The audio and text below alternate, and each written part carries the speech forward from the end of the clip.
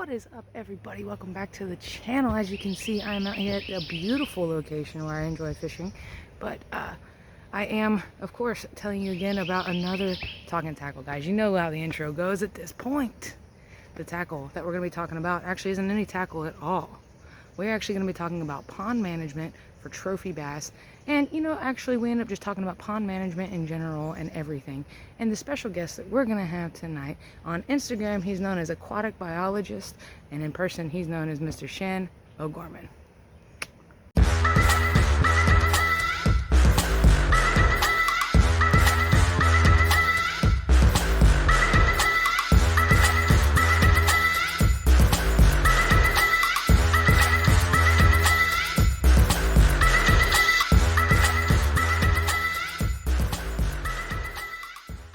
All right, welcome back to the channel to another Talkin Tackle. Tonight we actually aren't going to be talking about tackle specifically in general. We're going to actually be talking to Mr. Shan O'Gorman, and you're the aquatic biologist on Instagram. And is that correct? Did I get it right?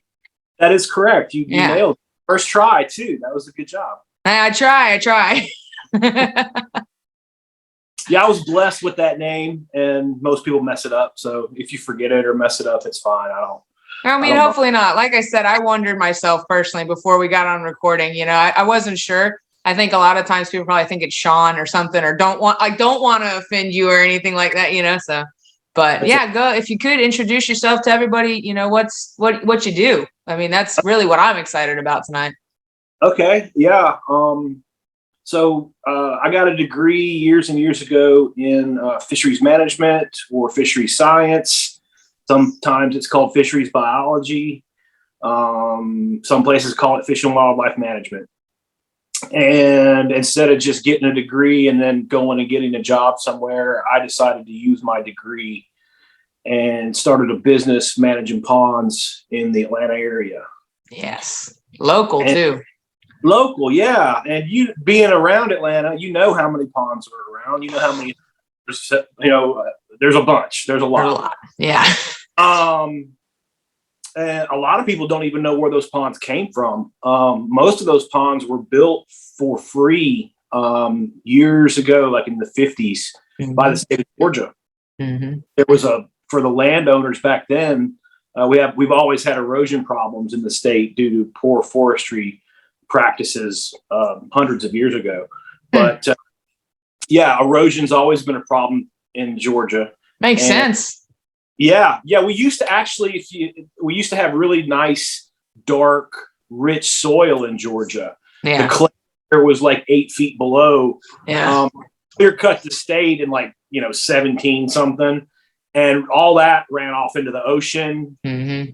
And so the forestry school at Georgia was founded not long after that, and they figured out that the management of trees and wildlife and fish is very important. Definitely, right? And I think that's a huge thing. I think it's actually very underrated as far as what people. I don't think people realize the how much it really does matter. Again, that's why I'm really excited about tonight.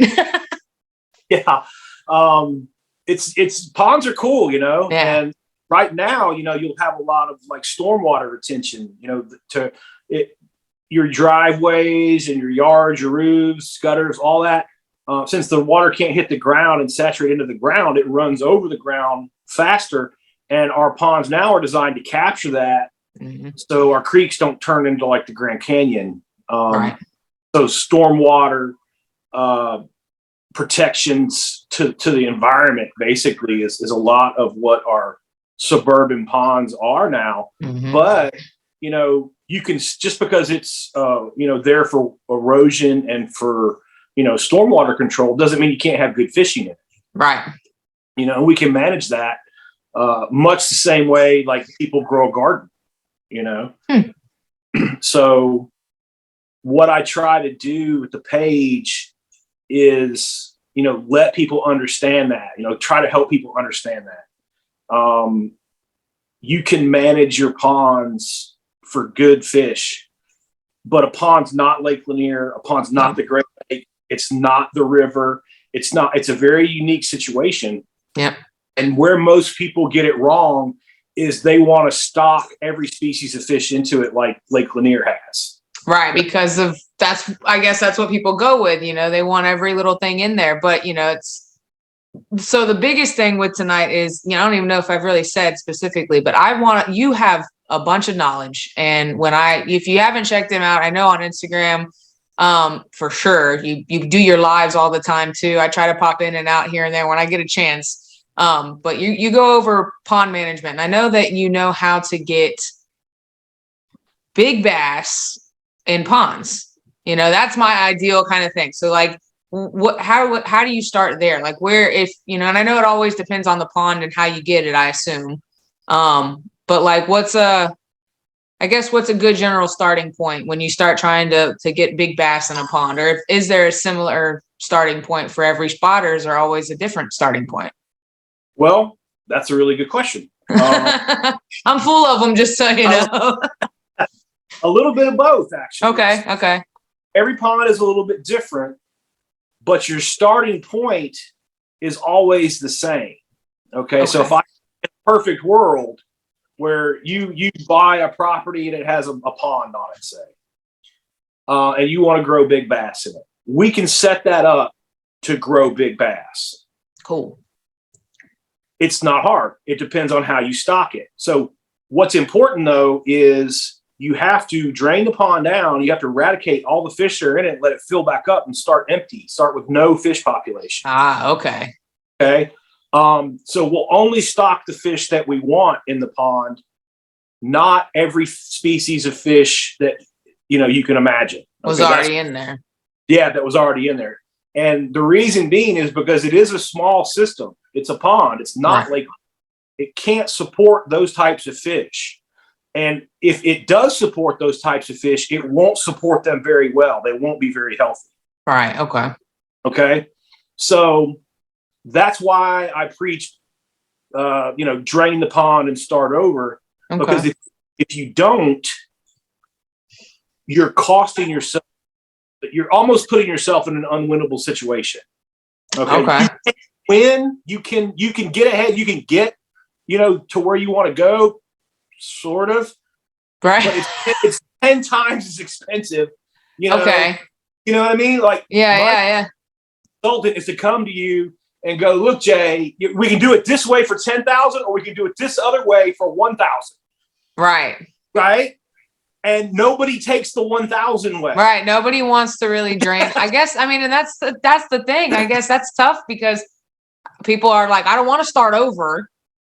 I guess. And that's how a lot of people probably look at it. Maybe, they're thinking that you have to start over altogether. But if it's not what you want, then why not start over?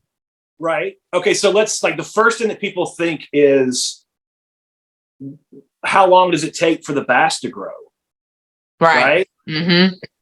2.5 pounds, 15.5 inches in 1 year, if you do it right. If you do it like if you have it right, have it balanced right? Is that what you're saying? Like you have it right. So they need the proper amount. Yeah. So there's a balancing. I love the little balancing pie graphs that you put on your Instagram too. I learned a lot from those. So, yeah, man. It's because what you're doing is something really. I'm trying to explain some of this pretty complex. Yeah. In like simple terms, Yeah. You want to make it easy to understand. Hard, really hard. Like I. That's why I go and post and talk to people so much, because the more I talk about it, the better I get at it. Yeah, and the more it gets out there, I feel like the more people you're talking to, the more people are understanding that, hey, there is a balance that needs to happen. Like if you see certain fish in ponds that you're fishing, and you understand some of the stuff that you're getting at, you can almost realize how big a fish may be in that pond. Yes. You know what I mean? So like if there's crappie and there's bluegill, there's going to be there's just going to be imbalance there because the crappie eventually take over. Correct. I know I've learned that they end up taking over at some point. And so therefore your bass just kind of end up being on the smaller side. Correct. Now that kind of gets up into quality fishing versus quality fish. Like you're going to get a ton of people when you make that statement, they go, yeah, but I caught this 9-pound bass and it's got a pond with crappie. It's like, okay, you're not listening to what I'm saying if you're making those statements to me, okay? You caught a quality fish in a terminally ill pond. Right. That doesn't mean it's healthy. Right. Do you catch a 9-pound bass twice a year, every year for 10 years? All right, now you're in a quality fishery. Okay. Right. Okay. Yeah. Okay, because you've never even seen that, right? Because most people haven't ever seen that. Like they can't comprehend catching like 58-pound bass in one summer. No. That's not hard to do in the right pond. I want to go to that pond. Okay. You should, again, that goes back to if people listen to me. I'm trying. Yeah. Hey, that's me. I'm all ears, buddy. I tell you what, this is why I have you on here, because I was like, I got to listen to this guy. I know from your post, I was like, I got to talk to this dude. He knows what he can just tell you know what you're talking about, and you're not ashamed to put it out there. Yeah. No, it's like, I've done it so many times that it's easy to like, there's nothing that you're going to come at me that I haven't experienced. You know what I mean? Like, job, like I've done the job multiple times. You're not going to like come to me with some sort of original stocking idea. Right. Like it's just I've done it all. But that's here nor there. That's the struggles that I deal with. Now to touch on what you're saying though, if we know how to stock a pond to grow trophy bass, okay? Yeah. All right. And then we know how to measure those bass with relative weight to make sure they're growing properly. Right. Okay. Then if we know those two things, then we can take that relative weight measurement and apply it to any bass in any pond and know instantly within just a few fish whether or not that pond will produce a decent fish. Does that make sense? Kind of. It does. It's kind of like I'm kind of trying to play it in my head again, trying to make more sense of it. I'll explain it again a little different way. Go for it. Get it. All right. So you see my chart. Yeah. Okay. So it gives a length across the top and a weight across the bottom. Right. So at per length, at certain lengths, they should be a certain weight. And if they're within that range or better, they're considered healthy. Correct. So basically, all right. So how bass operate is they only get skinny one way. They're not eating enough. Right. Okay. So the standard weight for the bass across there is just kind of like a BMI index for a person. Gotcha. Okay. Yeah. I'm about 6'1", and that thing says that I'm supposed to be 195 pounds to be healthy or whatever, right? Right. All right. Okay, so I'm like 220. So yeah, you'd be considered a healthy one. That's the fish you want to catch. Okay, but now imagine then that BMI index, okay, is the other way, right? And I'm 185 pounds, but I weigh 145 pounds. Yeah. Okay, whoa. Okay, you are not a healthy person. Yeah, that's not good. Right. Okay. That is when I run my BMI index on bass, that is what I see. Okay. Okay. Yeah. And so like, what does it take as far as if you're wanting to get trophy bass and so like you said, first step we do is you suggest to totally drain it out, right? Yep. Let's drain the pond out. Let's start from scratch. And let's give it a real world example of one that I've done a few times. It's a 10-acre. Okay. I don't like hypotheticals. Let's just talk about what we've done. And it's my friend's pond. You can call it. Yeah, there you go. That works. Hey, I'm all for it. I like that, So I started school, and I was going through my thing, and I was always an angler. That's what got me there, always back. And my friend Mickey has a farm down in South Georgia, and family farm. Always lived there, worked there. If you've seen the pictures, if you've been on the page long enough, you've seen the pond. Okay. So 30, God, I don't know, a long time ago now. I went fishing there in the 90s before I was a fishery student, and didn't catch any bass at all. Just zero. But in switching around with lures, we caught a few crap. Well, then I go to fishery school, and I learn how these fish species go together and how they work together. You know what I mean? And I call And Mickey. And I said, Mickey, man, we learned what's wrong with your pond in school today. You know, you've got a crowded crappie population that's basically wiping your bass population out by eating all the bass fry. Right. And stocking bass isn't going to help you because they're literally eating all the bass fry that are born. Putting more in there, you know what I mean? They already ate 50 million bass fry. Stocking a couple hundred more is not going to. You're just going to make them fatter. Like you're making good crappie, right? That's what you're doing in that situation. Well, the problem in that situation is there's literally so many crappie that they're not even healthy. Wow. Yeah, because they just overproduce, right? Like at some point, Right. if you catch one crappie, I mean, it's almost like it might be better for you to. I don't know. They end up producing really quick, you know.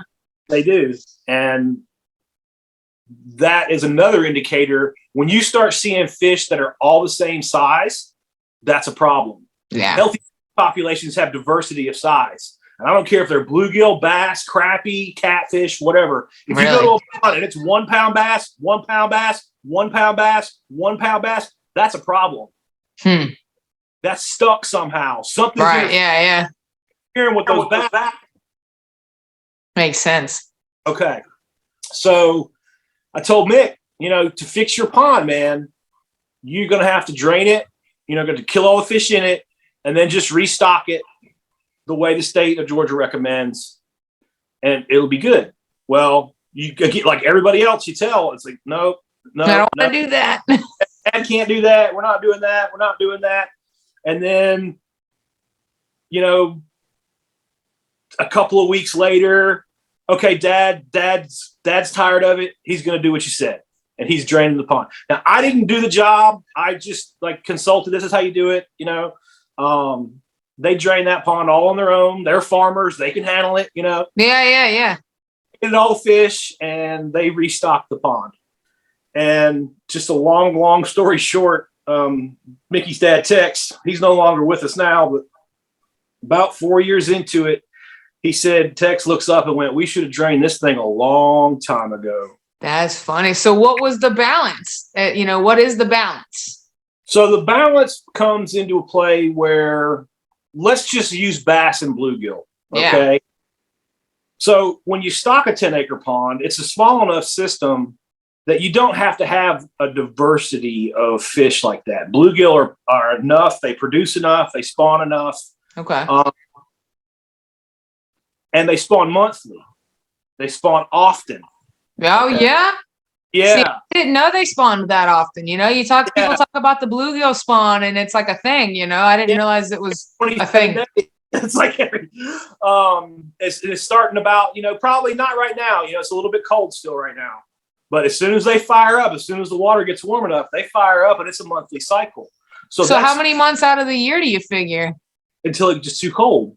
So if it stayed too warm, they just keep doing it. They keep cranking, yeah. Wow. See, I didn't know this is why I'm telling you what, man. All right. Now let's take that back over to why you don't want crappie in a pond. Right. They only spawn one time. Like bass, right? Well, bass are depending, right? Bass can almost spawn twice in certain places, yes? Bass do spawn twice here sometimes. They did it just a couple falls ago. We had a fall spawn in a few places. I remember you showing that on your feed, and you like did a close up, a video of a fry in the fall time, and I remember being like, that actually is what had me wondering. I was like, do they spawn in the fall? And you had my brain going then. I remember thinking about it then because I was like, that would be fascinating. These things that people don't know. You know, you have one thing that's put in your face, and so therefore you're thinking spawn is only now at certain times of the year. When if you take a step back and you actually learn about it, you know, I didn't know bluegill spawn that often. So that's new to me. I knew about them, the bass, you know, possibly spawning twice a year though. So crappie only spawn once. And why is that such a bad thing? Well, they're the earliest ones. Oh, okay. They already spawn. Like our bass aren't spawning right now. Our shellcracker haven't spawned right now. Our bluegill aren't spawning right now. But most of the crappie have already spawned. See, so they've got to jump. Yeah. Now, there are three fish, right? They have a big, large mouth. You can see that when you hold it by the mouth, right? Yeah. That's indication. And crappie especially are really good predators. They're really efficient predators. They feed on insects. They feed on plankton. They feed on fish. They feed on it all over everything. So what ends up happening is after, like, it's usually be a spring like this one where it kind of gets the bass spawn gets drawn out. It's not quick. Yeah, it's getting kind of acted like it was going to be a quick one this year, but now it's getting drawn out. Yeah, well, the crappie have already spawned, so the crappie are sitting there just growing on all of the zooplankton and all of the larval or all the baby fish that were born last that would be bass food next week or the next couple weeks is gone. Yeah. Boy, and they're going to feed on the fry, right?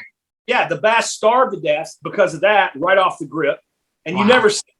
Because they're so tiny, you don't see a bunch of dead bass. And then generally what happens is they don't even starve to death because their reduced food supply makes them weaker, which makes them easier forage for the crappie to eat. Wow. So you lose your bass reproduction to that. Wow. And once you start losing it consistently, you can't get it back. So that's why, because it's just, I'm just soaking it in. That's like crazy. Yeah. So that's what we call that competing species. And you'll get that with crappie. You'll get that with green sunfish. You'll get that with brown bullhead catfish. You'll get green sunfish. Really? Oh, you not want them. They're worse than crappie. For bluegill or for bass? For what? For wasting bass fry. And when you lose your bass, when you lose your bass, just like the crappie lose the bass, the green sunfish will lose the bass, but the green sunfish can't control the bluegill, neither can the crappie. So the bluegill spawn, and then you end up with a whole pond full of fish about 2 or 3 inches long. So the bass won't eat the green sunfish? They're not there anymore. Oh. You know what I'm saying? Over time, wow. All your bass are eaten. You don't have any bass anymore. Yeah, wow, because it's just been overdone. I got you. Oh, wow. Yeah, they're going away. Like, you tell me you have crappie or green sunfish in a pond, translation, your pond has terminal cancer. Wow. It's going away quickly. Wow. And it's not worth saving. Whack it out, start it over, and do it right. There's a lot of ponds around me that need to just start over. You know what I mean? That's just a fact. Because I mean, and it sucks because a lot of them, you know, when I first started fishing them, I was, you know, pulling 3, 4, 5 pounders out of them. And, you know, it's just gotten, and it's weird to be like, it's only happened, it seems like over just the last year or so, but it's been that way for years. It's had crappie in it. As far as I know, I haven't been fishing it for as long as it's been there, but like, I would assume the crappie are just, I don't go crappie fishing. Maybe I need to start because I guess I bet you I'll start finding crappie like nobody's business because I know there's crappie in a lot of the ponds that I fish. They're hard to control. They're almost impossible. Part of what is on his pond down there. Now we drained Mickey's pond. It's fed by a stream. We balanced it, and he had the types of fishing that I'm describing where you're just, constantly catching fish over, 8 pounds plus. Wow. And that's in Georgia. Let's go, man. I'm down. Well, that was 20 years ago. Guess what happened? What happened? Yeah. Did something happen? Like, did it cross species somehow because it was from a drain or from a river? The stream that comes in the top of the pond allowed crappie right back in. Yeah. And it's right back in the exact same condition it was 20 years ago. Wow. So you know how we fix it? Drain it again. Criminy, man. But in about 10 years, now it's been a little longer now, but life happens, and in a perfect world, you would probably drain your ponds about every 10 years and fix them. It's probably been 18 or 19 for that one, but we'll drain it and we'll fix it, and it'll be good for about a decade, and then trash fish will encroach again, and it's time to drain it again. And there's just no way to stop the cycle. That's just how it is. Because literally that was going to be my question, was going to be, well, how do you control the if it's, because like you said, there's streams, there's, it feeds into a lot of the ponds. That's how it is for a lot of the ponds. So how do you control that? You can't. So the answer to that is you have to drain them every 10 years if you really ideally want to keep. And then you got to wait how long to get trophy bass? What, 3 or 4 years, I guess, by that math that you were saying earlier? So 2.5 pounds every year. So if you did it right, you could have them 2.5 pounds a year. And then that's going to get into how did you stock that pond? Right. Now, did you go out there and stock 100 bass per acre? Because they're not going to get over about 2 pounds if you stocked at that rate. Okay.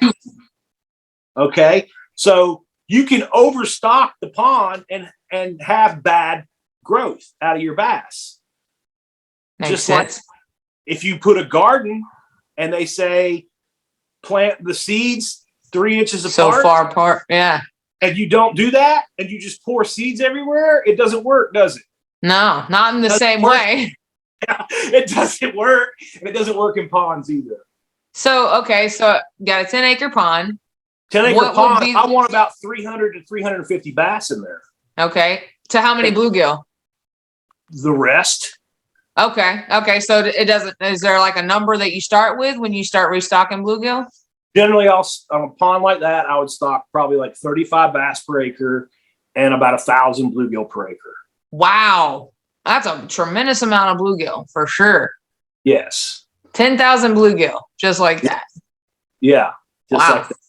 Yeah. And there's a couple ways that I can get them too. I don't have to buy them all. Like if the pond was drained and new and I had a couple of months, I could stock just a handful of larger bluegill. Say I had like 1,000, not even, let's say I had 100 3 to 5 inch bluegill. Those are called intermediate bluegill. Yeah. Well, a 3-inch bluegill can lay 10,000 eggs. Right. So I stock 500 of them. Half of them are going to be females. So that means 250 of them are going to lay 10,000 eggs next month. And so you're done. I need, right? Yeah. Wow. But if I put those same, say, 500 bluegill into that pond, but it already has bass in it, they're smoked. They're not making it till the weekend if I stock them on a Friday. Wow. Do the math on the numbers I just said, because what I'm talking about is, all right, if we go in and stock at 35 to 40 bass per acre, we're rolling in trophy water. Okay. That's So trophy water. Once you go above 40, you go from like 40 bass to 50 bass per acre, you're in kind of what I would consider a balanced situation, but you're not going to get maximum bass growth. Once you get over 50 bass per acre, they stop growing. really, wow. That's interesting. I didn't know that. Is it just because of room? You know, they only grow to what they can, right? So the sunlight comes down and hits the pond, produces plankton. That produces plankton. There's a limited amount of food there. So there's a limited, when you put too many bass into a pond, it would be the same thing as like putting too many cows onto a pasture. Right. You know that what makes I mean? sense. Yeah, no, it makes perfect sense.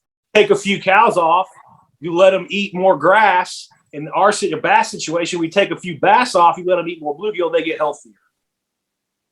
So that goes back to our relative weight, where we look at that chart and we say, all right, we understand that a 24-inch bass should be 8.1 pounds because of this chart, right? Yeah. Wow. So if I catch a 24-inch bass out of a pond and it's 6 pounds, I've got a lot of information in one catch. Yeah, for sure. That fish is 2 pounds underweight. And that's a lot for a bass. I mean, realistically. A bass on average, like I said, when my standard weight says it should be 8 and it's way under like that, that's when you're getting into like, serious competing species problems, crappie and wow, really severely underweight. So if you go back to the page and look, like I caught a 26-inch bass at Mickey's house that's just slammed with crappie, right? And you would think that since it's full of small crappie, that the bass would be healthy because they got plenty of crappie to eat. They're usually not. Crappie school up. They don't make the best forage for bass. They stay away from it well. You never see that. So I caught a 26-inch bass out there that weighed like 7 pounds. Okay. I just said a 24-inch bass, a healthy 24-inch bass should be 8. Yeah. Wow. 2 inches longer and a pound lighter. All right. So that was a 26 bass, 6-inch bass in terrible condition. Dang. Now my friend over here goes over to the reservoir where I fish, and it's the opposite.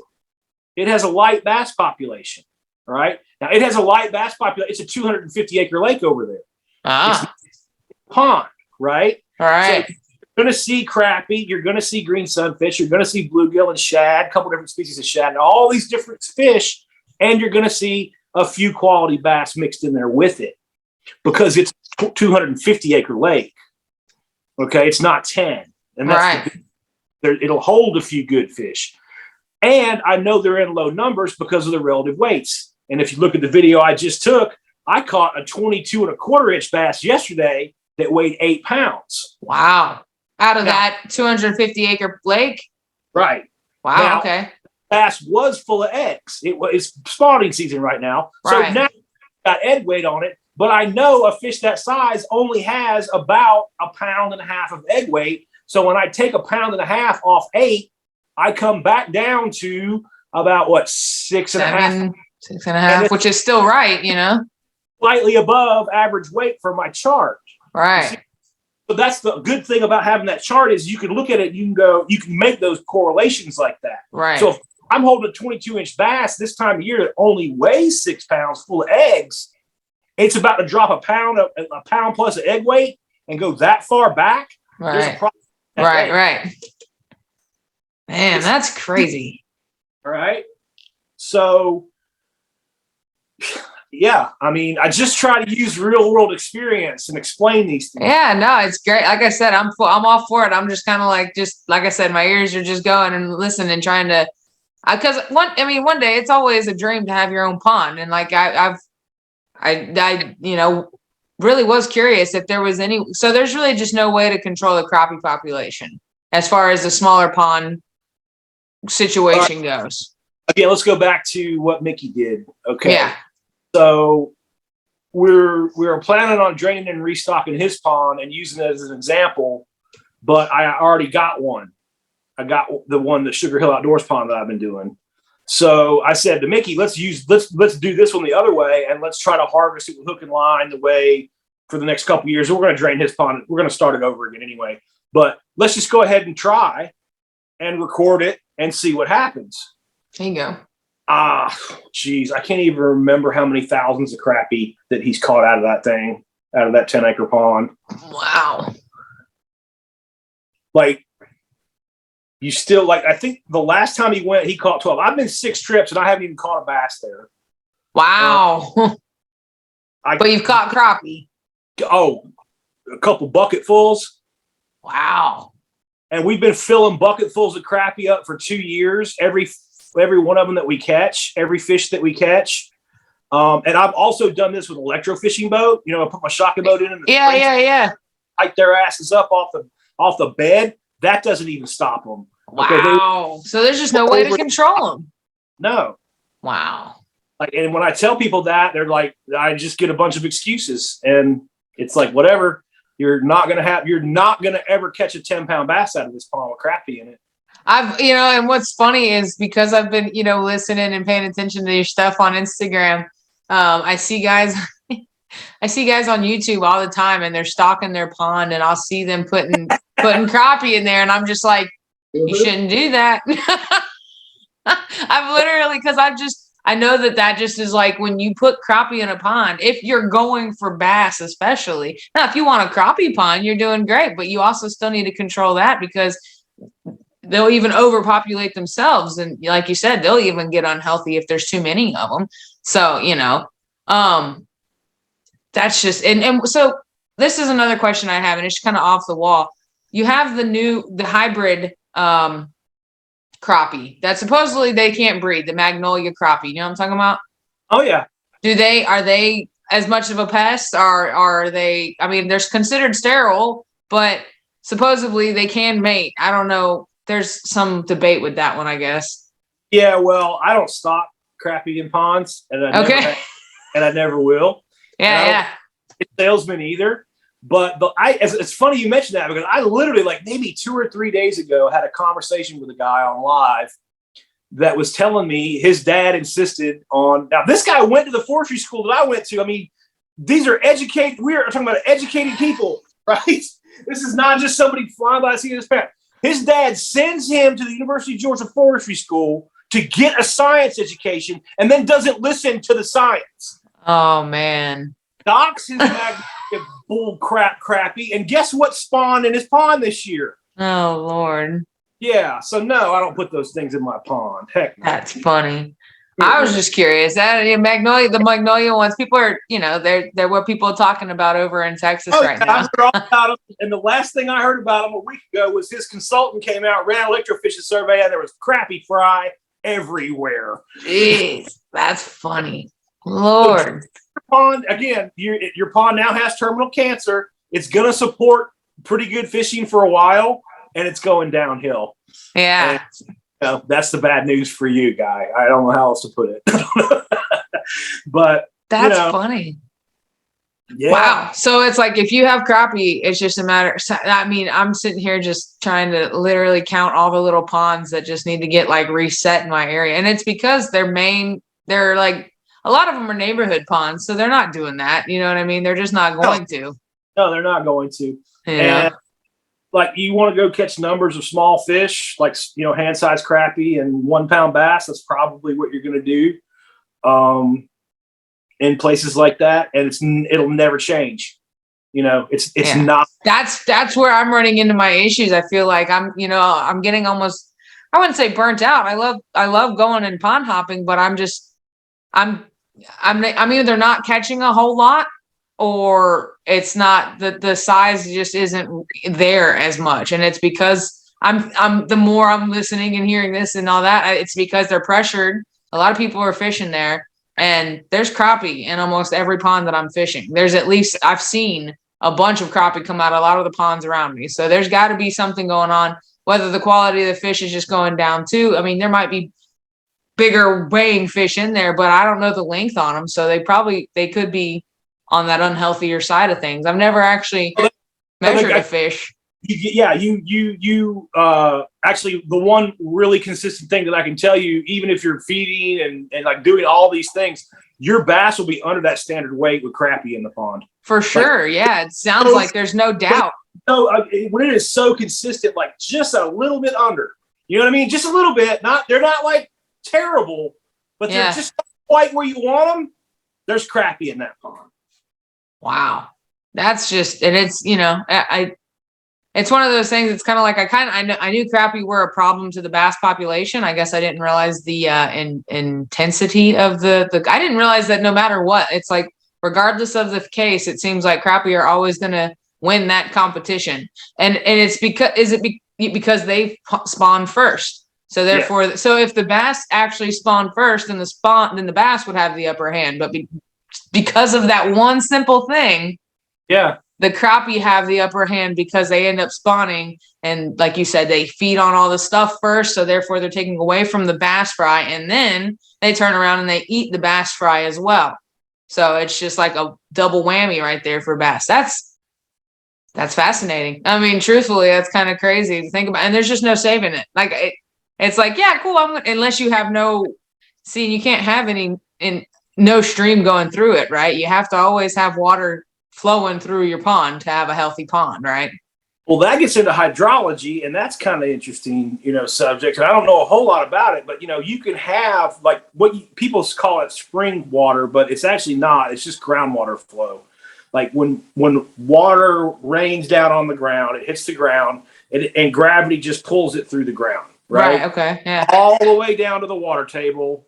Okay. If it's not picked up by grass or a tree and used, that water molecule just keeps getting pulled down through the ground.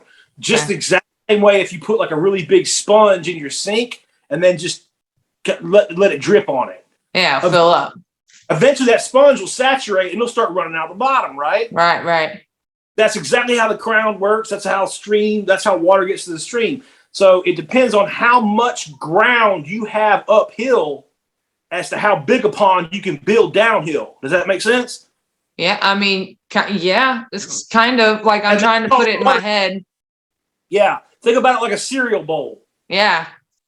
I mean, that makes sense. So it's like you got to have 10 How acres. Much depth do you really have?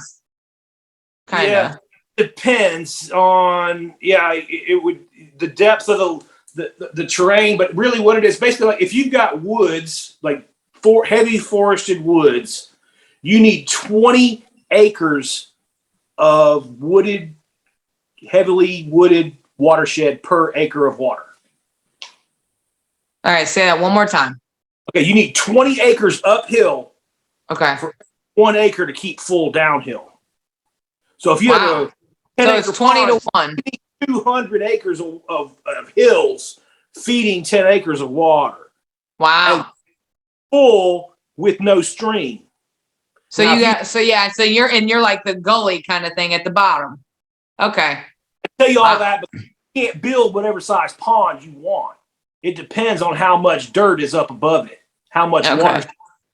And then you're reliant on rainfall at that point, right? All you're relying on is rainfall. And that can be tough. And then what about, so like that water just does it not go stagnant or anything crazy? Is it not, like no?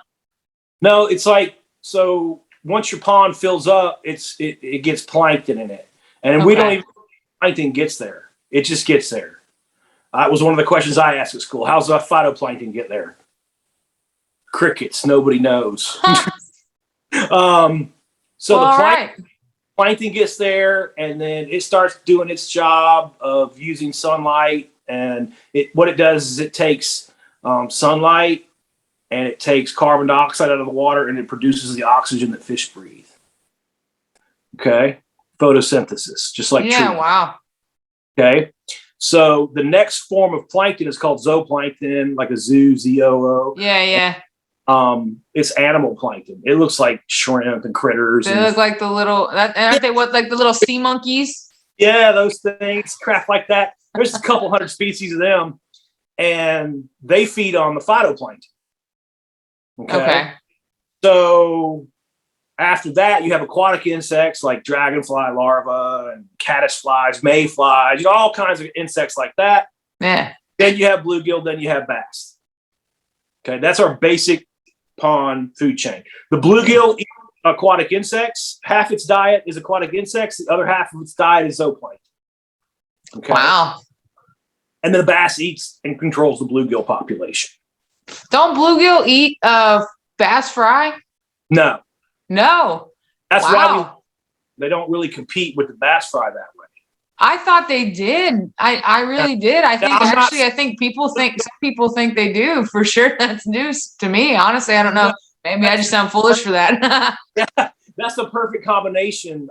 Because I'm not saying that no bluegill will ever eat. Right. I mean, right. I'm like, if you want to stock your pond, bluegill and bass are the best two to put together because they don't really compete with each other. Okay. Wow. Well, so then what I've done then with like Sugar Hill, the one I've been working on, is I become basically a plankton farmer. We have low productivity here, which means not many fish per acre of water. I can boost that. So I give the plankton fertilizer, phosphorus. Wow. Okay. Yeah. I go from about an average pond in Georgia will hold about 100 pounds of fish per acre. Okay. If I fertilize the water properly, it holds like 350 pounds of fish per acre. Because of the plankton that you put in it? Yeah. Why? Because it creates the oxygen. It's also the base of the food chain. So it just makes it a better environment from the start, essentially. Yes. I boost the plankton, which boosts the zooplankton. And when I boost the phytoplankton with phosphorus, I'm getting just trillions and trillions of the water turns green from the amount of plankton that's in it. Wow. And then the zooplankton comes in and just crushes all that. It's just like, woohoo. It starts steaming. And you do this. So this is what you do at that's something that you do. Where do you do that at? I guess is really where I'm trying to ask. Every time I go live, it's that pond. Okay.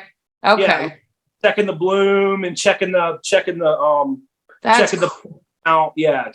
of it out every week. And what area, where is it? I'm going to have to come check that out. I mean, it's ridiculous because we're both here in Georgia too. I got to come check this out. Sounds fascinating.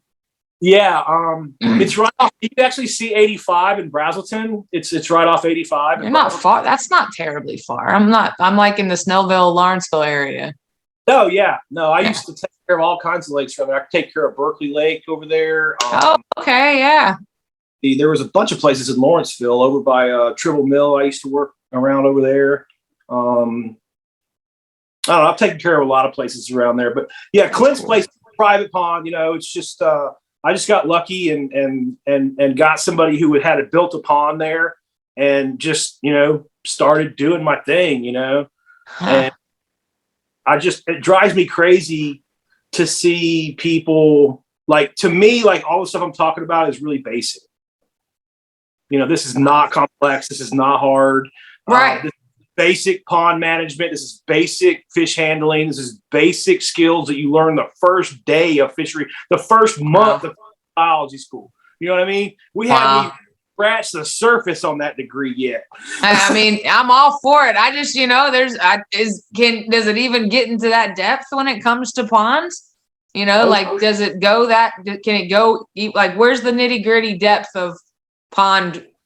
How deep do you go with the ponds when you're doing it with ponds? How does that make sense? Is it the hardest? Is it harder? Does the education go further when you're doing lakes and things like that? Or can you do it just as much with a pond? Or does it kind of just stop there? Is it just basic with a pond? Well, I think you're talking about pond, right? Does that make sense? Yeah, the pond is basic, right? Okay. The pond is like a basic car, or just the most basic, simple, functioning thing, right? Okay. Go up a size. You could group them into 10 acres and smaller. Okay. Right? And then 10 to 20 will behave a certain way. 20 to 30 behave a certain way. And then once you get to 30, 30 to about 80 or 100 acres all behave about the same way or manage kind of. And then once you get over 100, you're really into lakes and you're getting into something so complex and there's so many different species of fish that you're kind of just guessing. Right. So it's just kind of balancing itself at that point. Because really, can you have that much control on something that big? It's pretty hard, Yeah. The bigger it gets, the harder it is to control. For sure. The easier it gets to control, to a certain extent. Now, if you get under 1 acre of water, I don't even like putting bass in ponds that small. They just don't do good in them. It's too small of water. Okay. And really a couple of acres, 2-3 acres is about as small as I really want a bass population in. In the super small ponds, it's better just to throw some bluegill and maybe some channel cats or some hybrid stripers or some other kind of feed only fish. They take a lot of feed. Yeah. You can overcrowd them in there and feed them and they'll be healthy and easy to catch. I go that way on my smaller pond. Okay. And so is there what size? So, kind of back to the crappie situation, at what size pond, I guess, do you get to where it's not as, they're not as bad? Is there a size that you can get to where there's a happier balance? Yeah. 50 acres or so. 50 acres. Okay. Yeah, That's not okay. But I've seen them negatively impact 100 and 200 acre lakes as well. So so that's kind of gets into my point of how can a fish that if you put that crappie in a 1 acre pond, it wastes it quick. They just shred those. So how can something that's so bad for a small pond be really that good for a 200 acre lake? Right. That's kind of what I'm going with. They're not. Right. They can't, Yeah, they're competing. And now, again, is your job as a state biologist to keep the shad population from just dying and causing a stinking mess over there? Is that your only goal? Because if that's your only goal, a crappie population is your friend. Because they talk about the shad pop because that's really and they just keep growing too, right? It's shad that just keep growing.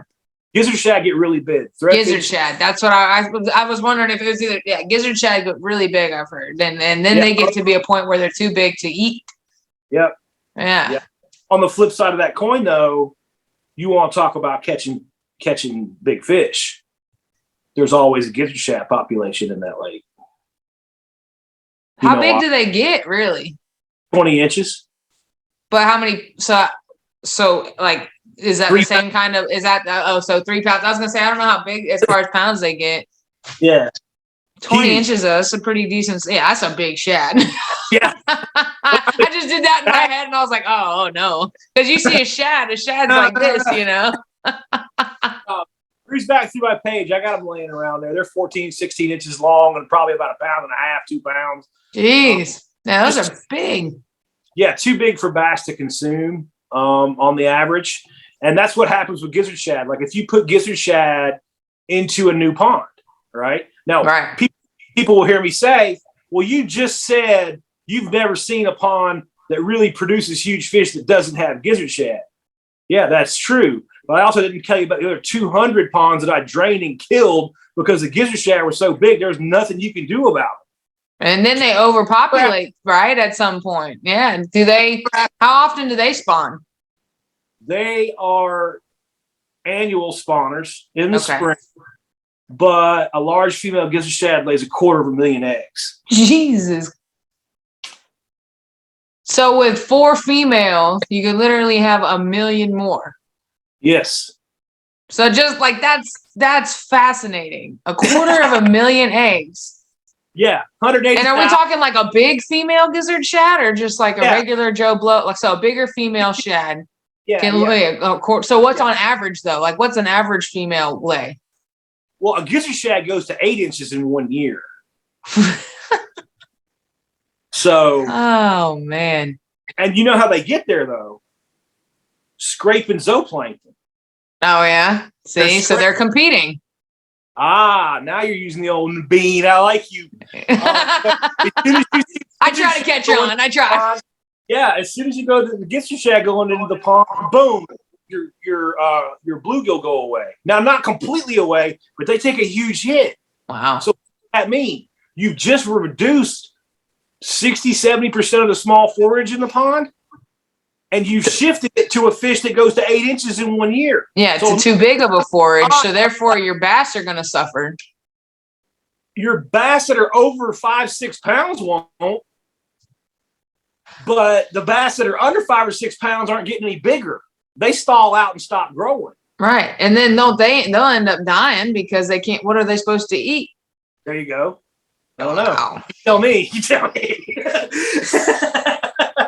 This is why I have you on. I tell you what, I'm trying. I'm fascinated by all of it, truly. And that's kind of like, so, I mean, ideally, I guess, because I feel like a lot of people are going to struggle. I feel like a lot of people with any kind of pond are going to want crappie. I feel like that's just like the 3 fish you kind of think of are bluegill, bass, and crappie. And I don't know, maybe that's just me because I'm from the South. And those are the 3 fish that I think of the most.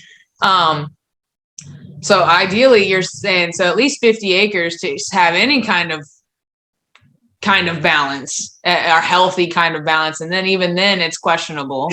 You know, yeah. Crappie to you is just like, no, if you can avoid it at all costs, don't get crappie. And I'm all for it. I get that. If I ever have a pond, I'm not putting crappie in my pond. I can tell you that much right now. Bass and bluegill are going to be the only 2 that seem to go in mine. What about crawdads? That's something I didn't even think about. What does that affect anything? Is it just something extra to have in there? Yeah, I think, that kind of gets back into there's supplemental forage and there's primary, right? Okay, yeah. And that's a really good question too, because, I've kind of like, I did that podcast, Tackle Talk up in Ohio. And, that guy's pretty cool. He did this whole, he had a crawfish expert on. Wow. And listening to that guy after I did my section thing, he made a lot of really good points, so I'm stealing this from him. And I don't even know the guy's name. He's a professor, if you listen to that podcast, he's that guy. But this is not my knowledge. And I just want to, Yeah, for sure. Where I heard this. So basically what I took away from that talk and from what I listened to was when you introduce crawfish, we got to order them from Louisiana, right? That's where you have to order them from Louisiana. I don't know where else you're going to get them. So they don't just naturally breed here in some waters. Oh no, they're in all water. but you want to stock some. Oh, okay. So that's They're like the growing only place that's so nowhere here in Georgia. There's like a what do you call that? A fishery? I don't know. What do you call it? Wow. So there you go. There's some knowledge I didn't know. Wow. Okay. Not that I'm aware of. Wow. So you're bringing Louisiana crawfish to Georgia. Right. You might be displacing Georgia crawfish that are more productive than Louisiana crawfish because those crawfish aren't from here. Our fish are from here. You follow? So, yeah. I mean, it makes sense. You don't want to, I don't know if you're displacing the crawfish that we already have with something that's less productive. That's what I took away from what that guy said.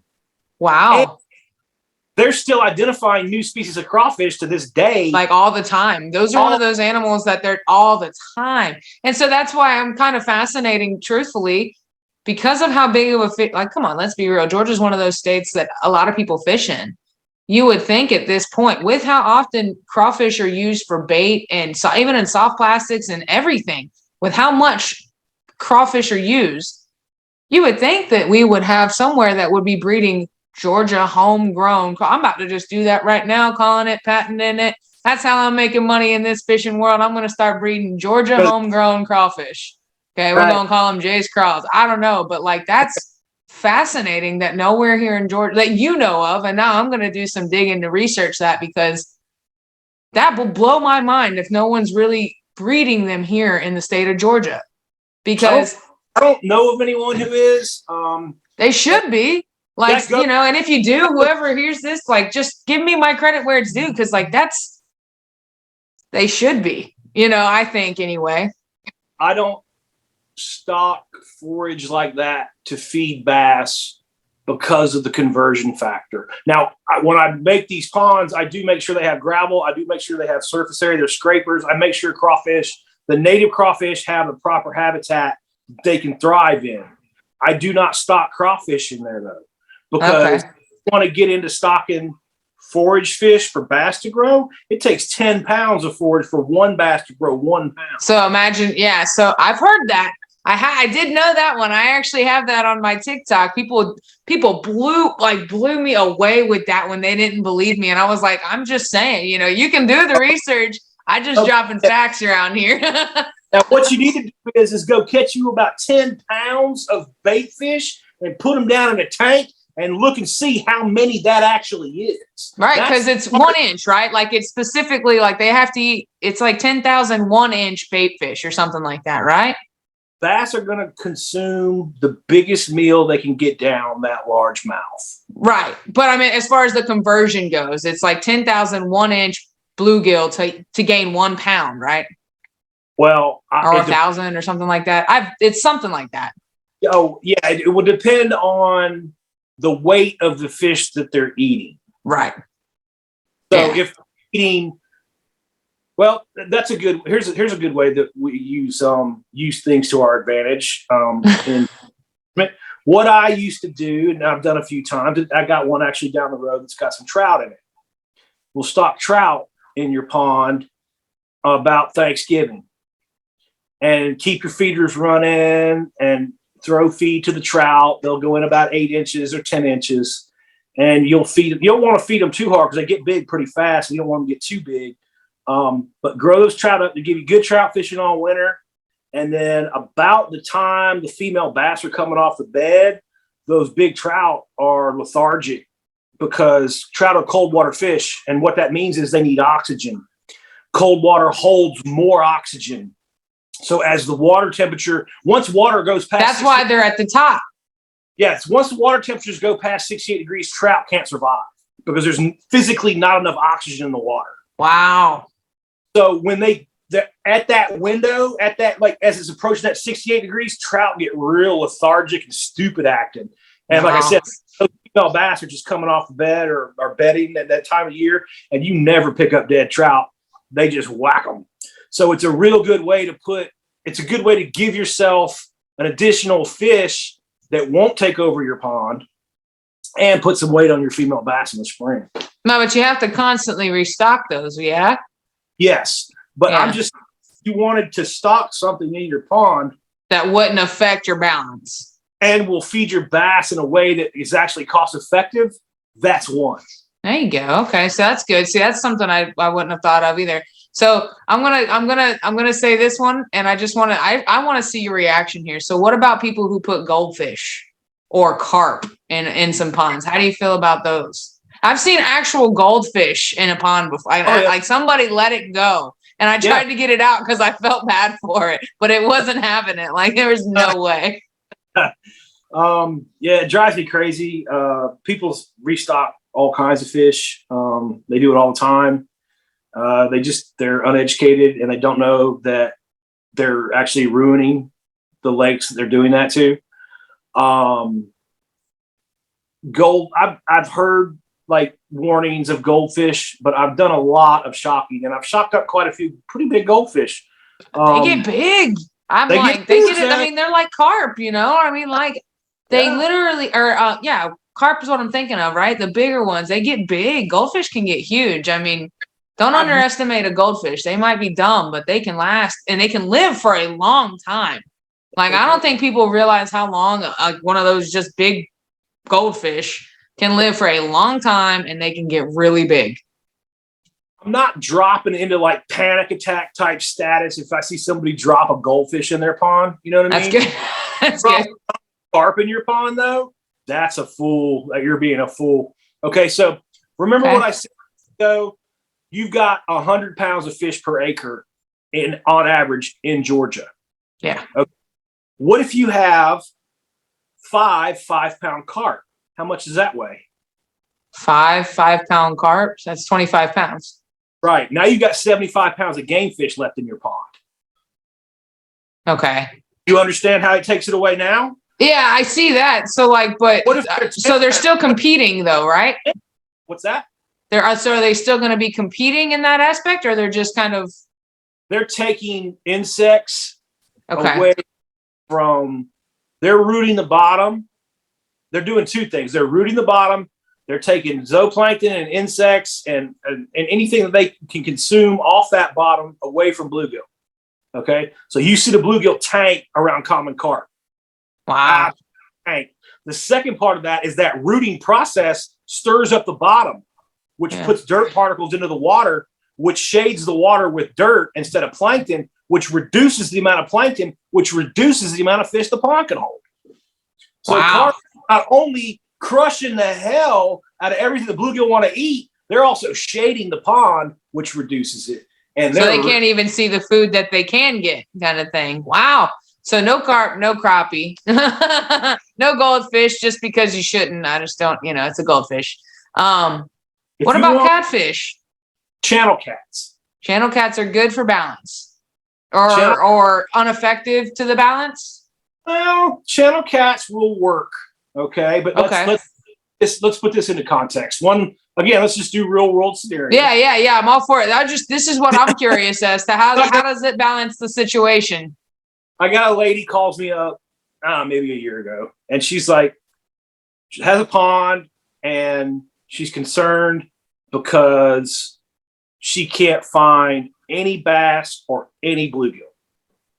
And I'm like, I said, you used to have them. Yes. I was like, okay. And the pond didn't drain or anything great. No. And they're just not there anymore.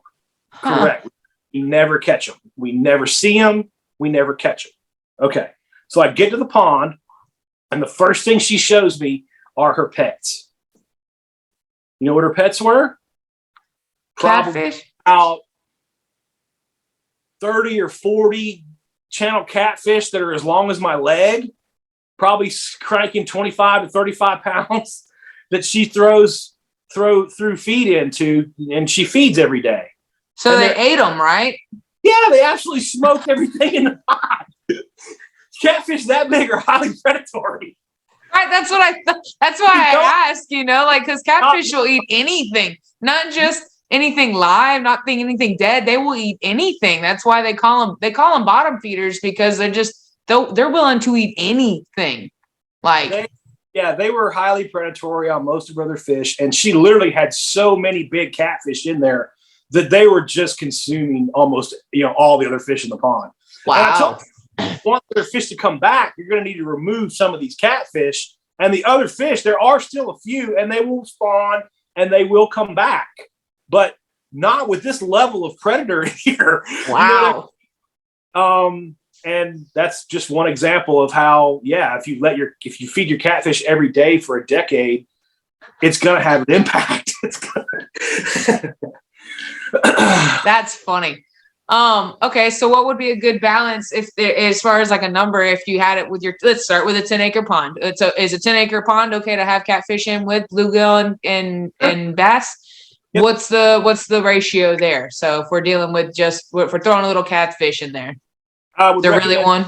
Huh? I would recommend you feed the pond because it does two things. It puts weight on your catfish and it puts weight on. Okay. And since your bass are eating your bluegill, heavier bluegill equal heavier bass. Right. Okay. So you're going to spend money to try to get your bass to grow bigger. Actually, feeding the bluegill is a really cost-effective way to do it because you're making the meals. Their meal bigger.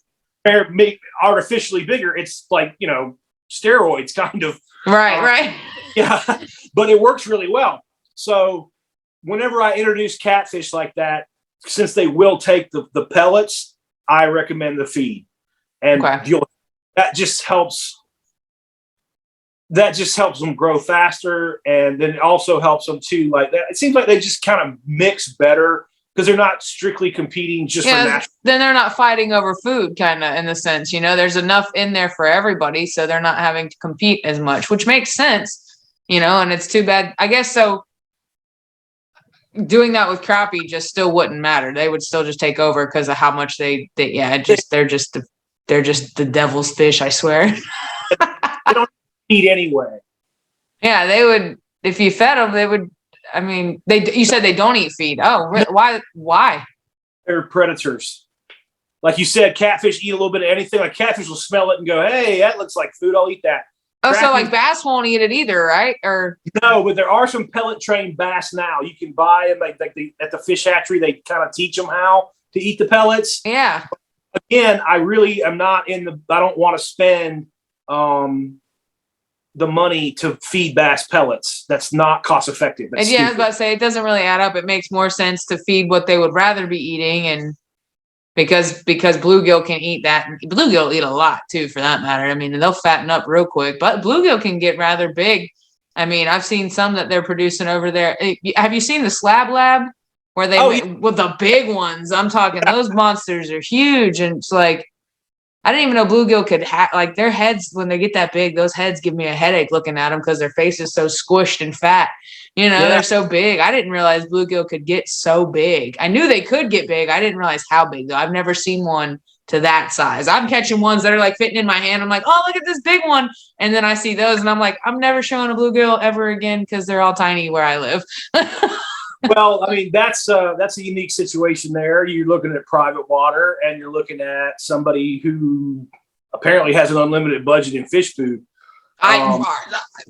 Right. Yeah.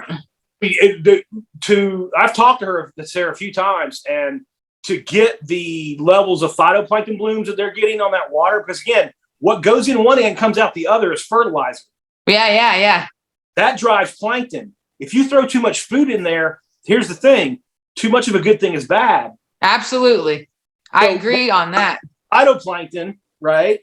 That's producing the oxygen. Well, there's at nighttime, just like trees. A lot of people don't know this, but trees use oxygen at night, right? So does phytoplankton.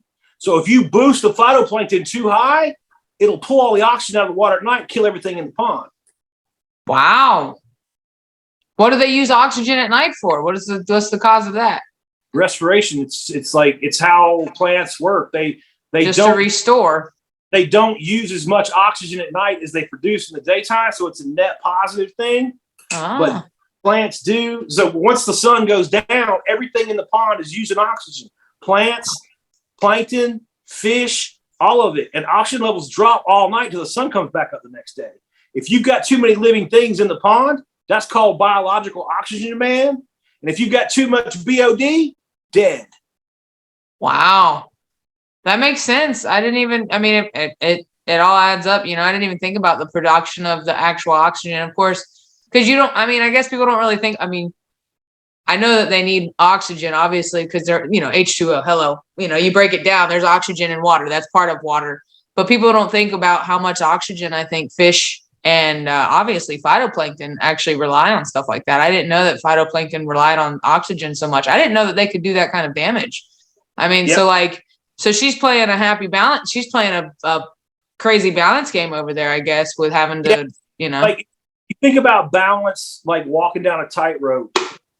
You can get wrong in either direction in a hurry. Wow. Yeah, for sure. Like wow. Or too much of anything. Yeah.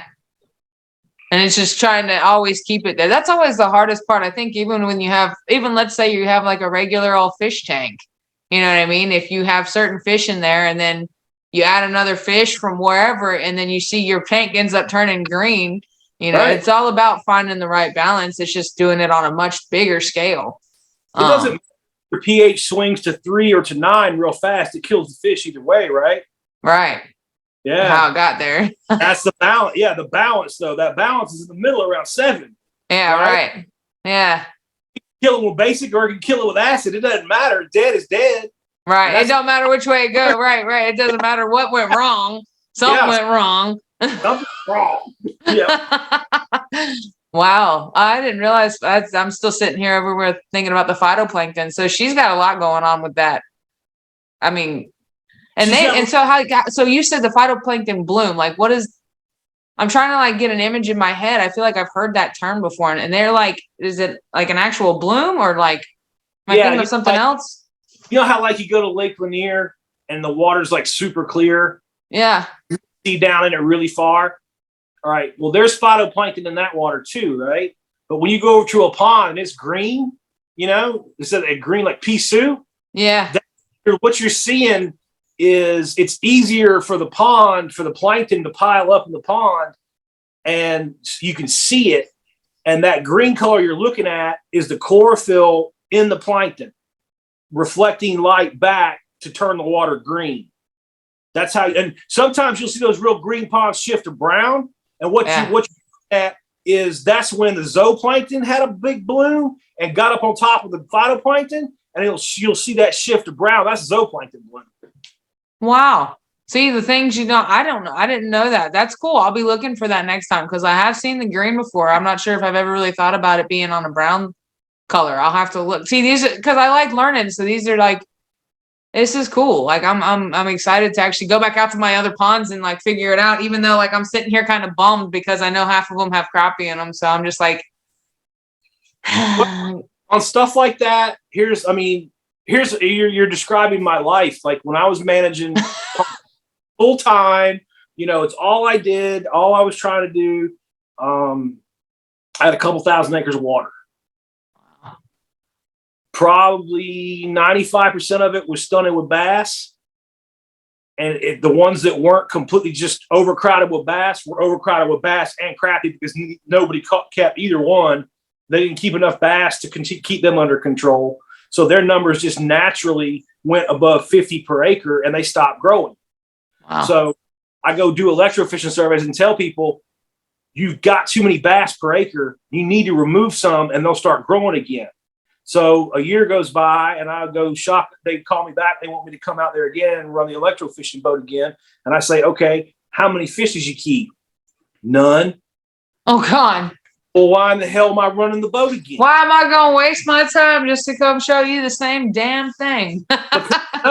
Why? Because in their mind, and all these other consultants have got people thinking that putting that $2,000 or $1,000 or whatever dollars worth of money out there on that boat is what's fixing the pond. Right? That's not what you're telling them what the problem is at that point, right? You're like diagnosing in a sense when you're doing that. You're figuring out what the issue is. Like you'll pull a bass out because the electric thing, I'd love to do that, by the way. If ever there comes an opportunity, I would love to go out and see that and experience that. I've seen videos of people doing that and shocking the pond and doing the measurements and stuff like that. That's fascinating. I would love to do that one day. So, come along. Yeah, if ever the chance, not like I wasn't trying to like invite myself either, by the way. I think that sounds cool. I think it's a lot of fun. It'd be fun. I hate it with a passion. Do you really? Oh, the shine wore off that chrome 15 years ago for me, girl. Oh, okay. I mean, it's just because you're just overdone with it. Yeah, well, no, you want to know why though? Why? Yeah, tell me. It's gonna happen before I ever put the boat in. The pond's full of crappie. Okay, I know what I'm gonna get. Yeah.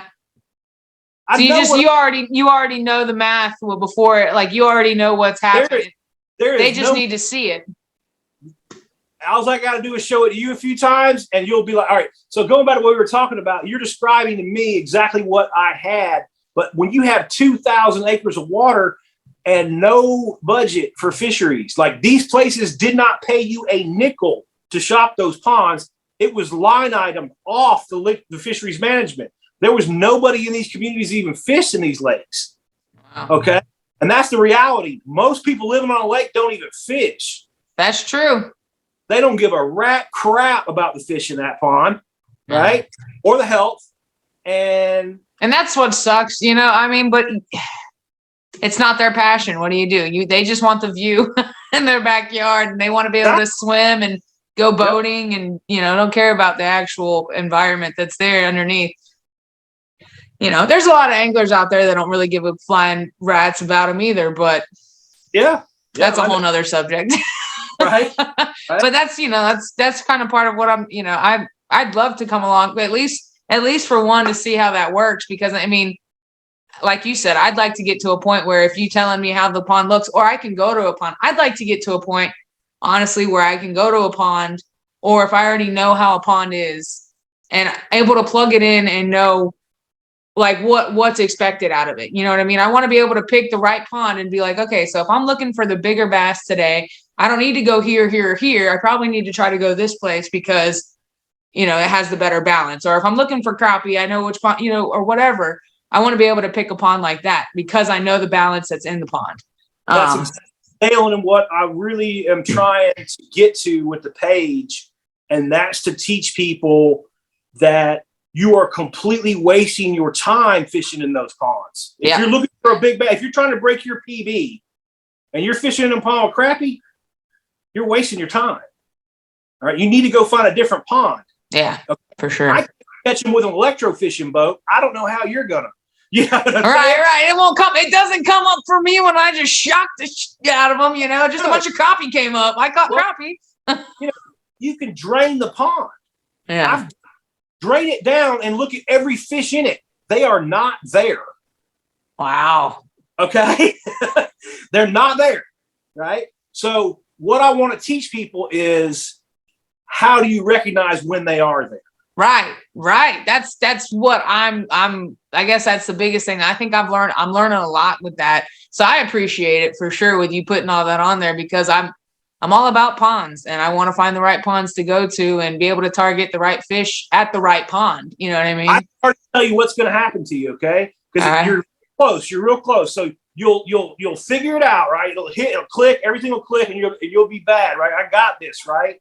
And you'll be like, that's the pond, that's the lake, whatever, 20 acres. If you're going for big bass, you probably need to go around 20 acres, around that, Okay. And not really under 10. Like, you've got to be pretty good to grow big bass in anything under 10. I mean, there's a couple around here that'll get pretty close. I know there's a couple of 8s, but I haven't seen a 10. I personally have not seen a 10 with my own eyeballs. So generally around here, getting bass to 8 pounds in the pond's pretty easy. Yeah, I think it's a fluke. I think there's only one in there because I've only ever seen it come out once, and I've never seen it again. So, and I didn't pull it out. I just knew of its existence. I pulled out 3s and 4s out of that pond. I've seen one 8 come out one time. That was it. Okay, well, there's a clue right there, though. That kind of goes back into what we talk about on the page, right? When you go to a lake, you start catching bass. Start writing down the lengths of what you catch and the weights of what you catch. And by writing it down, you'll start to see patterns. It's like, wait a minute, I've been here, say 10 times, and I've caught, say, 30 fish in 10 different trips. Some trips I zeroed, some fish, sometimes I had a good, but then you look down that data set and you go, and every single fish was between 11 and 13 inches long. You just gained a lot of information. Yeah, I'm gonna do that. No. I'm sitting here listening to you like, why haven't I done this yet? Really, because I could have known. There's so much. I'm almost like knocking myself in the head right now because there's so much I could have learned by now. Really thinking about that because I mean, you can always do an estimate with your eyes about, like how big a fish but I've never measured a fish like that. It's never been a thing. It's been more about how big is the fish as far as weight. But length obviously has as much meaning, if not more, actually, I feel like now, than the actual weight itself. I mean, they both definitely coincide with each other there. You definitely I think you need to know both to know how healthy your fish is. But I didn't realize how much the length was important. I mean, I guess I did, but I didn't apply it. I don't know how to put that. Like I've heard it, I've just never really thought much more of it beyond that.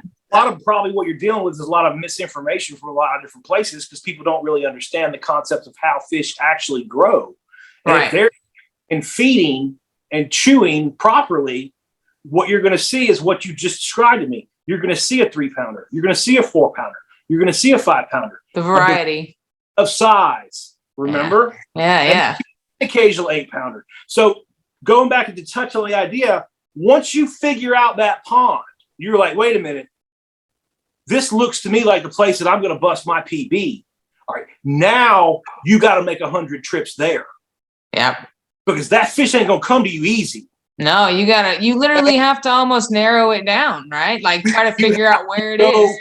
Camp that place out and attack it. Right. Okay. You can go over there because here's what's going to happen. The fish are growing larger because they're in smaller numbers. All right. You have to be willing to work harder. Yeah. You're not going to go catch 10-pounders in a day. It's not how that works. No. There's only a few of them in there, right? So and there's only a few of them in there because that's all the pond can actually hold. Yeah. Right? So now you're beginning to understand. Now you're beginning to see things clearly. And now you'll be able to go to that pond with full confidence and you'll leave there skunked going, didn't get him today, but I'll be back tomorrow. Definitely. And so like at what point does the bass population begin to be too much? Like, is that when you 50 per acre? So when you're catching fish, I guess I'm trying to figure out how. Okay, so if I'm a bank angler on the side of the, whatever, I'm just throwing from the bank, and I catch and I want to figure out if this pond is overpopulated. What is the size? Is there like a size fish that I can catch to be like, yep, this pond is overpopulated with bass? Yeah. So what I'm watching for when a pond is overpopulated with bass, they're generally going to all be between 11 and 14 inches long. All of them. All the bass. Like you'll catch like 11 to 14 inch bass, like 200 of them a summer, and they're in that slot.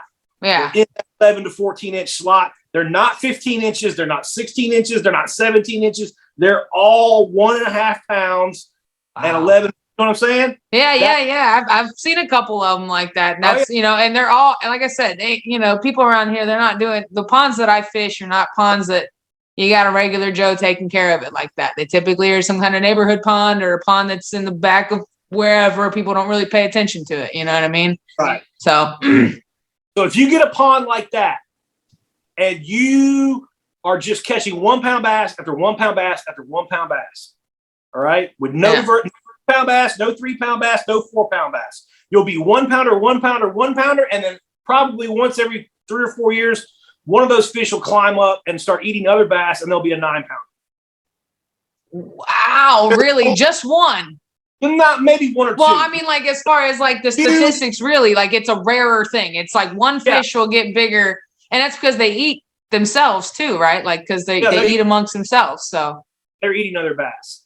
So if I was to target, if I'm going to a pond that's bass heavy, right? That I know all 1 pound bass, I'm going with a 1 pound bass glide bait to try to target the biggest bass in that pond because that's what they're eating.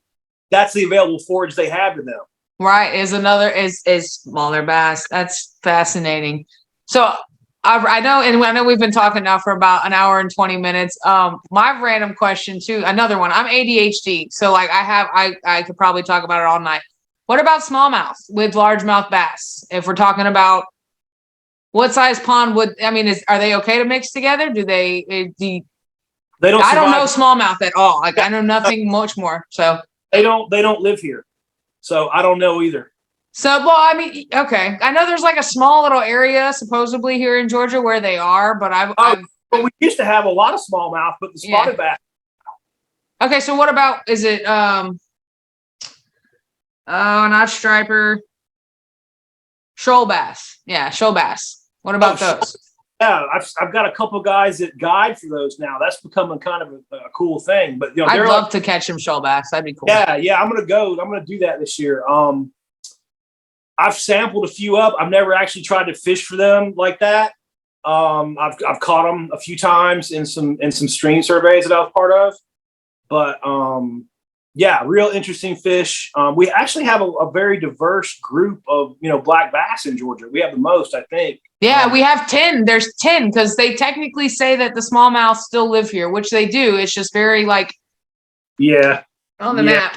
Like you're lucky to find them in like this one lake, and then you have to go to like the creek mouths on that lake. I feel like there's only like one spot really. There's supposedly some in like southern area of Atlanta, but it's like I think that's a myth at this point now because I don't even know. But we just don't have habitat for smallies. It's warm, and they usually like I think deep, rocky kind of cliffs they spawn on. Okay. Heavy kind of habitat here. Lake Lanier has it, but again, the spotted bass ran them out of there a long time ago. Yeah, the spotted bass. Yeah, that was the other one too. We really do. There's like 10 different ones here in the state. I want to do, and depending, I said I want to do it this year, but we're already the 4th month into the year. But I would love to do a bass slam, and that's where you catch 5 out of the 10 black bass on that list, and you get like a plaque in your name and all this other cool stuff. But I just want to do it because of the diversity and catching all the different bass. I think that would just be cool because they fight different, they spawn different, they act different, and it's just one of those, things to add to my realm of knowledge of trying to figure them out. I think bass are cool in general. I love largemouth bass. I feel like I'm going to end up loving shoal bass because I hear they fight really well. Or am I thinking of spotted bass? I might be thinking of spotted bass. I've heard they fight though. I want a good fight, pound for pound. Well, yeah, they're pretty stout, but the shoal bass is a strong fish too. Yeah. They're not as big, but heck, I saw one the other day. I think it was a 6 or 7 pounder. I didn't even realize it was a big one somebody caught. Wow. That's the only one I've ever seen that big. Right. I don't think they get that big usually. I didn't think they got it quite as big as the one the guy was holding. Wow. Yeah, they do. And apparently now there's some sort of hybrid between, is it largemouth and smallmouth? Yeah, there's hybridization can occur naturally. I think they call them like a mean mouth. I get them. Yeah, something like that. That would be wild. That's the problem with the spotted bass too, is they'll hybridize with largemouths and smallmouths. So I think a lot of these hybrids that we're seeing are probably crosses of spots and something. And wow, I didn't know spots hybridize that much. I didn't realize. I mean, it makes sense. They're the devil, man. They use, if you get the spotted bass in your pond, you're going to end up with a pond full of 9-inch stunted bass, and they just so no good. So don't add spotted bass either. They're not good to add to the population. One of my ponds, I'll kill you with a machete. Worse than a crappie? Like which one's worse? About the same. About the same? Yeah. You're justified to be shot for doing it. There you go. Don't put that in my lake. Don't put that in my pond. That's funny. So is there any other bass that like produce like that? Is the shoal bass, do they produce crazy like that? Or I mean, or not produce, but what was it that what we were just saying? How you said they would take over. Would they?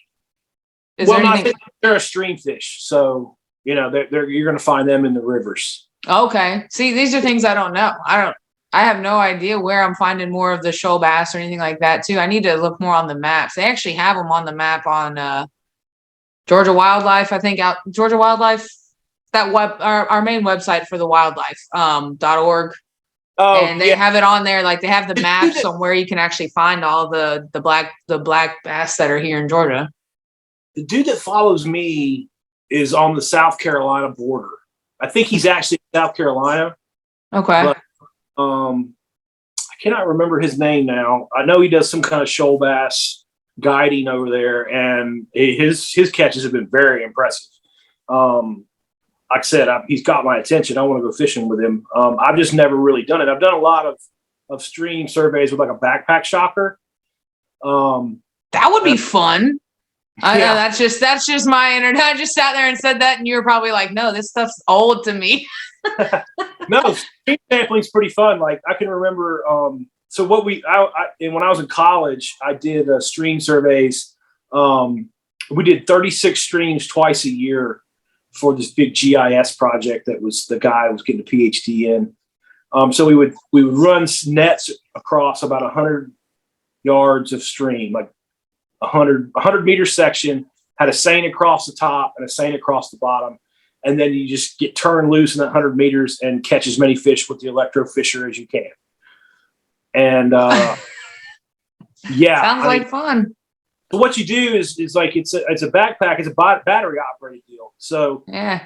the wand and a cable. You've got a wand in your right hand and a cable in your left, and you kind of move the wand through the water, and the cable is the negative side. You don't want to touch them together, but and you create it like it's like stunning the fish, like a I'm assuming you're in like all rubber or something, yeah?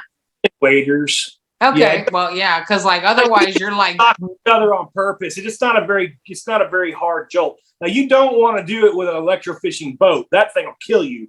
But the backpack shocker is not strong enough. it just feel a little tingle. It's fine. No. No, it'll let you know for sure. Like Jeez. but so what you do as you're using that thing, you kick your feet into the stream, and it kicks up all those little fish into the current, and then you'll have somebody down about 10 feet down behind you catching the fish as they get stunned in the net. As they're coming and floating down. As they float down the stream. So you use the stream to take the fish to the net. Okay. And then you just, you identify them and put them back. That's cool. That sounds like fun. Yeah, because I was gonna say you just kind of stun them for a second. It doesn't actually do anything crazy. Does it kill them? No. No. Yeah, I didn't think so. I just wanted. You said you put them back, so I was like, okay, so no, they don't die. You could put the juice to them to the point where it does kill them. I have been on a couple of surveys. Like if you're testing fish for like mercury, they're going into a blender. So yeah, you have to be able to test those levels on them. Yeah.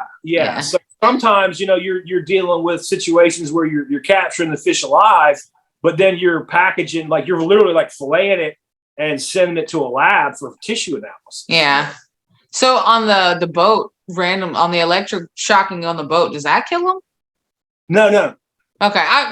No idea. Like because I know you're trying to look, and I wasn't sure because, like, I mean, can you do it enough to? I don't know. Like, do some people don't do it to kill them, right? Is that not a thing? It depends on the electricity you set it on, AC or DC current. Okay. So you're sampling fish, like, and you didn't care. It doesn't really matter where you set it, but I can't even remember. I think it's weird. It's like you put it on DC current, but the way a shock box works, it's got and it pulses the electricity or something. I don't know. One of them's safe for the fish. I'd have to go look at the box and see actually. Okay. But so the scaled fish are like armor. Like the scales are like armor. They don't it resists the electricity. So okay. Like you remember like back in the old days, you hear about guys using telephones to catch catfish. They crank the old phone. No, I haven't. I'm too young for that. I got it. Generate a little electricity, and if you put the wires down in the water, it'll stun catfish up. Okay. And it's illegal, But it works. You could also do the same thing by shorting a trolling motor battery out into the water, and it'll stun catfish because catfish don't have scales. Yeah, they're slimy. Yeah, you'll get them up pretty easy. But if you want to get fish with scales on, you need a lot more current.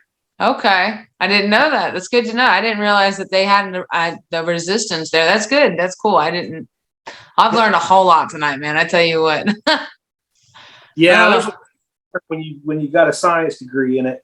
That's cool though. That's what I appreciate. That's, the whole point of a Talkin Tackle really is to kind of get the people who know to know, and whether it be tackle, whatever it might be, it's the fact I'm here to learn too. And I really want to like be able to teach, but I know nothing about pond balance. So the only way I can not teach, but try to get it out there is to have somebody who does know what they're talking about, and I've appreciated it. I've learned a lot tonight. I really have. I just now I'm realizing it's already past 10 o'clock on both of our time because we're in the same time zone. We're in the same state, and we're definitely going to have to we got to fish or something together. I know you said at one point you go to Lanier, but you don't catch anything. Not much. It's a pretty tough place to fish for me. I've heard, but it's like it's home, Right. Well, I just got a little John boat set up. It's not bad. It's a 16-footer. I'm going to do some exploring on the. It's a total electric deal. Cool. So we got a lot of total electric lakes here in Georgia. Yeah, so yeah. I'm going to fall down that rabbit hole some this summer, and you're more than welcome to come along on that. I would love to, for sure. Keep me posted. I would love to. I want to. You seem like a guy that I'm going to learn a lot from, for sure. I'm glad that I don't even remember what got me, like how I found you on Instagram. I'm not sure, honestly. I just know I came across you and I was like, I have to. Like, this guy, a lot, and I'm a nerd and I like to learn a lot. So I feel like I could definitely learn a lot from you. So I would love to go out fishing. We need to excuse me. We need to definitely make it happen. That would be cool. But I do believe we're probably getting to the end of this episode. I appreciate everything that you've done and talked about tonight. I hope that more people really start thinking about fishing balance, and especially if you have your own pond, really think about it. I feel like there's a lot to think about there now. There's definitely, even though, like you said, it's simple on a pond scale, it's definitely more simple, but it's almost like you have to stop yourself into wanting too much. You have to keep it basic. If you want something a certain way, you really got to keep it basic. If you want big bass, you just need bluegill and bass. You don't need anything else. It's really that simple. But have you ever heard of Occam's razor? Nuh-uh. It's a theory. Obviously, the guy named Occam came up with it. It's kind of weird. I don't know. I guess the best way to describe Occam's razor is the simplest possible solution is usually the correct one. Words of wisdom. I agree. I think simple is best a lot of the times. Occam's razor quite a lot. Yeah. And my job as a fisheries manager. Just what's the simplest way for it to get here? How did this happen? And you'll generally, if you understand the biology of the fish, you'll be able to figure it out. That makes sense. Yeah.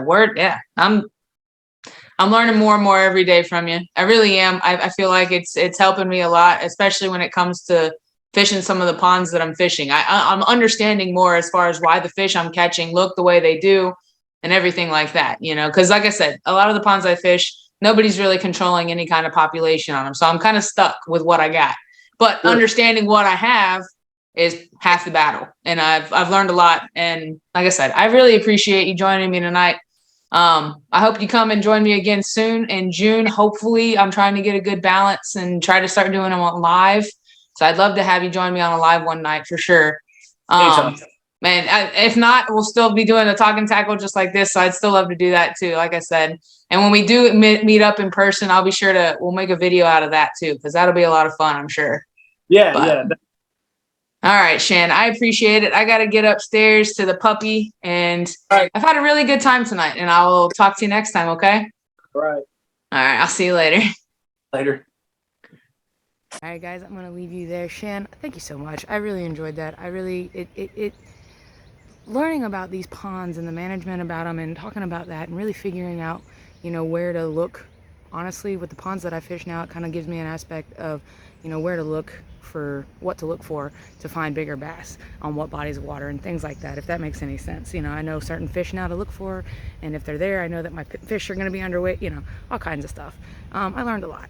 Like, this is probably one of the most educational ones so far as the actual bass themselves. But yeah, Shan, I really appreciate it. I hope you guys enjoyed that video. Don't forget to like, subscribe, comment, turn on all your notifications so you know when the next video drops. And you guys know how it goes. If we're out here fishing, we're out here catching, and we are out here learning how to actually find bigger trophy bass. No complaints. Like, You tell me you have crappy or green sunfish in a pond? Translation, your pond has terminal cancer. Wow. It's Wow. it's going away quickly. Wow. And it's not worth saving. Whack it out, start it over, and do it right.